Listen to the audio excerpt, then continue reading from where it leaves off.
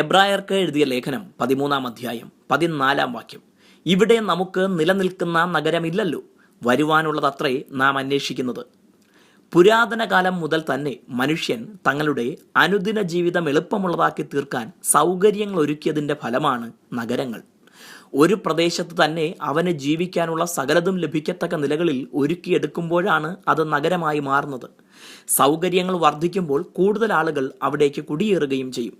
എന്നാൽ പല കാരണങ്ങൾ കൊണ്ട് നൂറ്റാണ്ടുകളോളം നിലനിന്ന നഗരങ്ങൾ പോലും തകർന്നില്ലാതായത് ചരിത്രരേഖകളിലൂടെയും പുരാവസ്തു ഗവേഷണങ്ങളിലൂടെയും നമുക്ക് മനസ്സിലാക്കാൻ കഴിയുന്നു. ഇന്ന് ലോകത്തിൽ 1,50,000-ലധികം ആളുകൾ താമസിക്കുന്ന 4,456 നഗരങ്ങൾ ഉണ്ടെന്നാണ് കണക്ക്. ആഗോള താപനത്തിന്റെ ഫലമായി ഒട്ടനേകം നഗരങ്ങൾ അപ്രത്യക്ഷമാകാൻ തയ്യാറെടുക്കുകയാണെന്ന് ശാസ്ത്രം മുന്നറിയിപ്പ് നൽകുന്നു. ക്ഷാമം, വ്യാധി, യുദ്ധം, തൊഴിലില്ലായ്മ, ഭൂകമ്പം എന്നിങ്ങനെ ഒട്ടുമിക്ക നഗരങ്ങളും പല കാരണങ്ങളാൽ തകർന്നുകൊണ്ടിരിക്കുന്നു.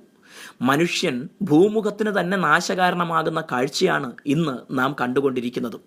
അധികാരവും ധനവുമെല്ലാം വെറും താൽക്കാലികം മാത്രമാണ്.